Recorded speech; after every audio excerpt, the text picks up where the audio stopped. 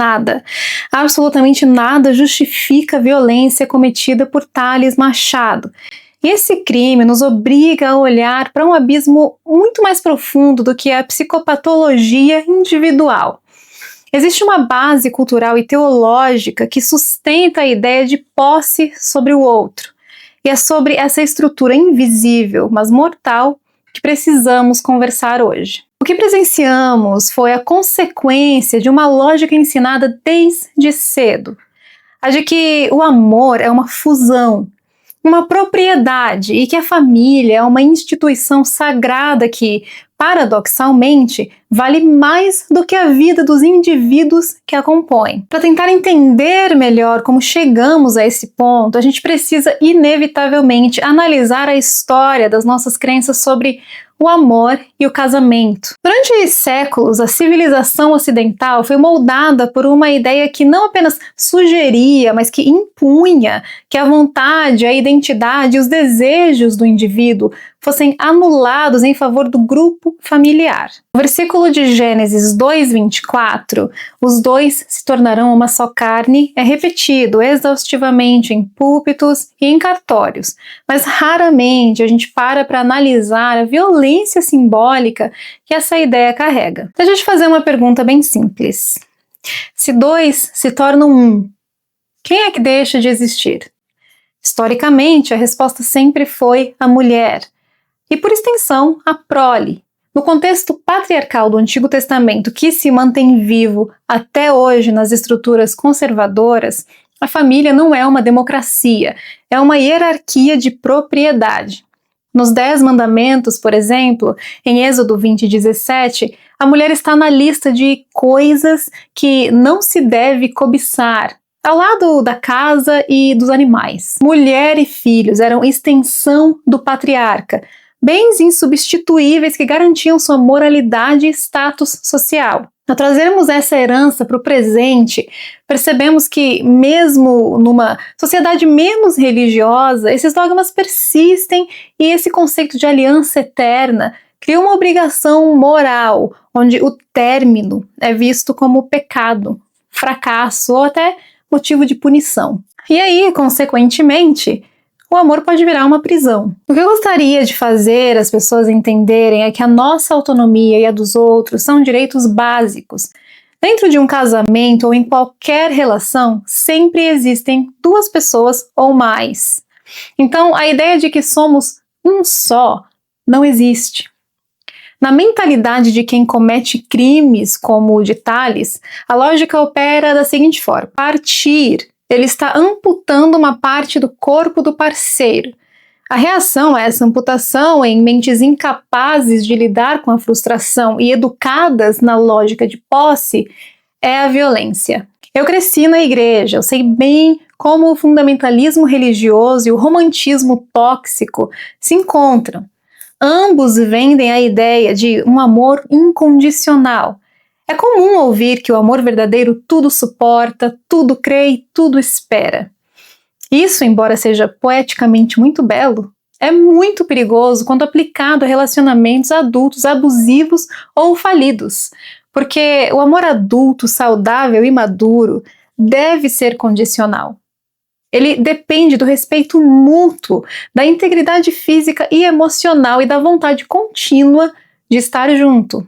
Ensinar que o amor deve ser incondicional é treinar as pessoas para aceitarem o inaceitável. Especialmente é treinar homens para acreditarem que têm direito ao afeto e à presença da família, independentemente das suas ações, apenas porque um dia assinaram um contrato ou fizeram uma promessa a Deus.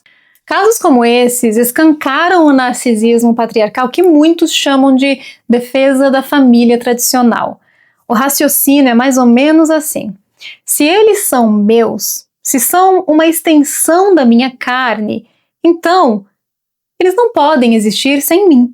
Em muitos casos, o objetivo desses homens é impedir que a parceira reconstrua a vida e prove que a existência dela continua, mesmo sem a presença daquele que se julgava o centro do universo. Visto isso, a gente entende que precisa urgentemente falar sobre a idolatria da família. Em muitos meios religiosos e conservadores, a instituição família tornou-se um ídolo que exige sacrifícios para ser mantido. A preservação da imagem da família perfeita é colocada acima da saúde mental e da segurança física dos seus membros. O agressor não perdeu apenas a esposa ou o convívio com os filhos, ele perdeu o trono, a validação da sua autoridade. E um Deus destronado é um Deus vingativo. E essa idolatria não para só na igreja. A cultura pop, a música sertaneja, o cinema, tudo isso reforça a ideia de que o outro é a minha vida, sem ele eu não posso viver.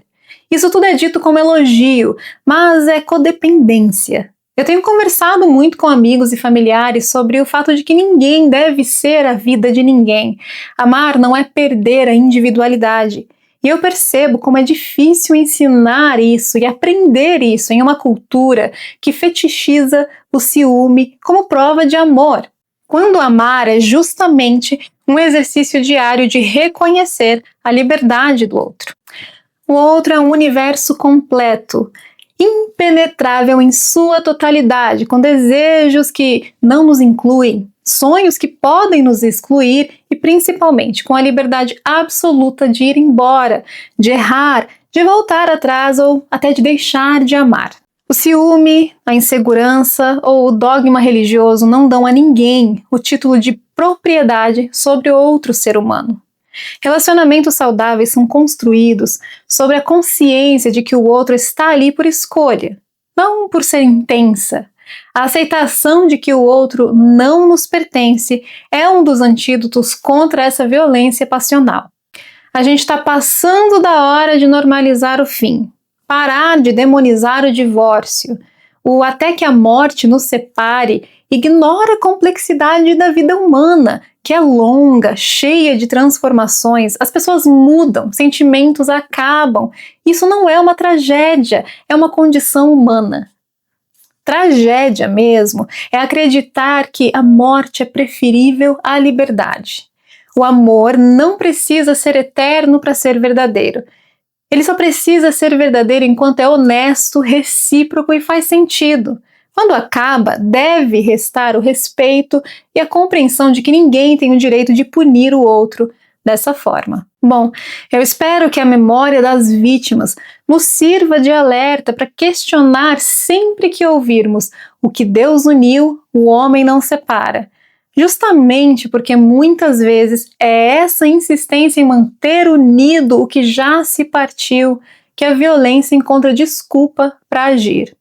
Sejamos donos apenas da nossa própria escolha. O outro é visita, e visitas, por definição, têm o direito de partir.